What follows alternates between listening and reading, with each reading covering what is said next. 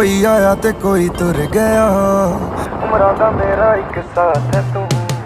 थोड़ी सी दारू मेरे अंदर आ गई, भुले आ लोग बस याद है तू। करा ते दस हुण करा मैं की, तू ही है चन मेरी रात है तू। थोड़ी सी दारू मेरे अंदर आ गई, भुले आ लोग बस याद है तू। करा ते दस हुण करा मैं की, तू ही है चन मेरी रात है तू।